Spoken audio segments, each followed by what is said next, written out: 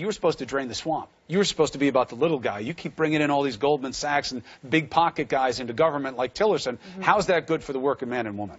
I think the bottom line is, what do you get done? And the three big things you're going to see next year is a big tax cut, far bigger than I think the House and Senate leadership realized. Trump is very serious about that. On the regulatory side, he's going to do what Reagan did when Reagan took office, start serious deregulation. There are a lot of crazy regulations on the books. He's got a whole list of them. And that's why you see the stocks of small cap companies doing well. They've been hurt most by these kinds of regulations. And then a major overhaul of health care, done in a way where you get a more effective safety net instead of the hodgepodge system we have today.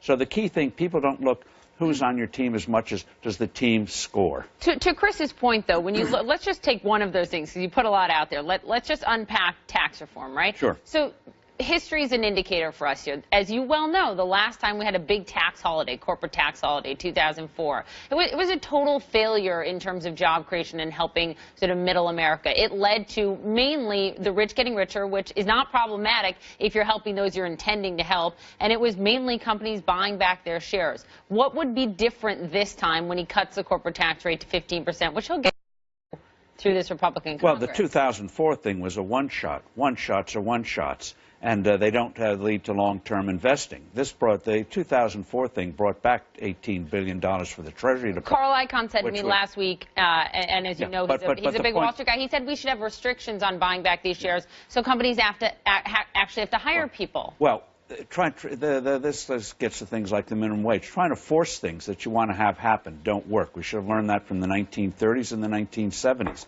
The way you get investment is what we did in the 80s and in the 90s. And that is, you have a benign tax code. He's not just going to reduce the corporate side, which is going to be huge, but also individual rates as well, and start to simplify, drain the swamp of the tax code. Those two things together are enormous. I was in Indonesia a few days ago. The finance minister said there, she said, "Are you serious about reducing this to 15%, the corporate rate?" And I said, "Yes, I think he is." She said, "Oh my God, all of us are going to have to do it."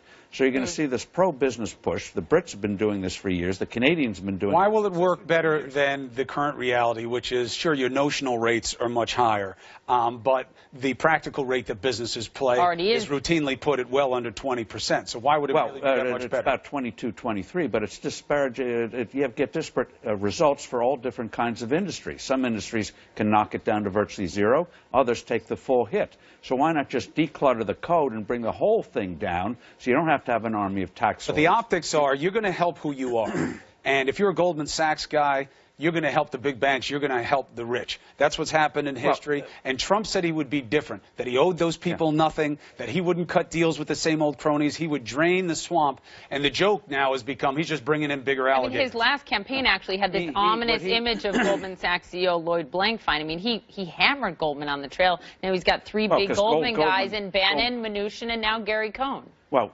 Goldman has done, in terms of crony capitalism, a share of it. But what I think Gary Cohn's the president. I know, but and now he's going to run the National Economic Council. But the thing is, what are the policies? You know, Franklin Roosevelt got a lot of criticism when he brought in Joseph Kennedy to be the first head of the Securities and Exchange Commission, a plunger, a guy who drove stocks down, the kind of guy who normally would go into jail in the modern era.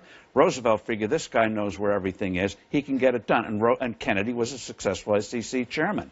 And so I think what Trump here is, how do you get these big things done? If you sharply reduce the tax code for individuals and for businesses, especially small businesses, that's a key part of it. He's going to have a fight with the House on this. Getting small business taxes down, getting them deregulated, that's how you start to get the economy moving. Can I ask, how would you advise when it comes to all of these companies? This week it's Lockheed Martin. Stock falls 3% on this tweet saying the F-35 program's total way over budget. Then, like just a few days before that, it was Boeing. Well, the Air Force One's too expensive. A few weeks before that, it's Carrier. Can you do that when you're a sitting president, just constantly? I mean, is that the most effective way to change things?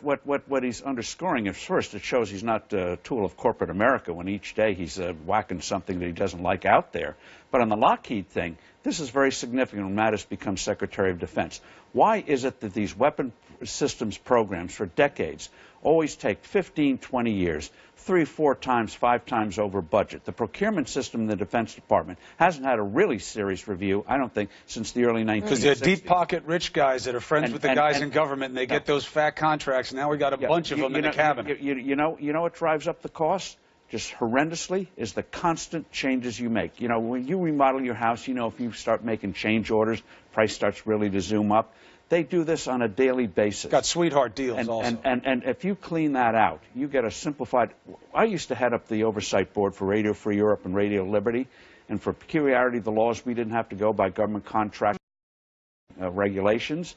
So when we put in a new radio transmitter, we could do it at a fraction of the cost of the Voice of America because we didn't have this pile of regulations. You start to remove that out of the way, you're going to get serious savings. But you have to have people who know what the problem is, and that's what I think he's trying to do. So let's see what the specifics are, what regulations, how the policies come down. We'll have you back on to help guide us through it, why it's good for America. Looking forward to it. Thanks Thank for you. coming in, Steve. Thank you.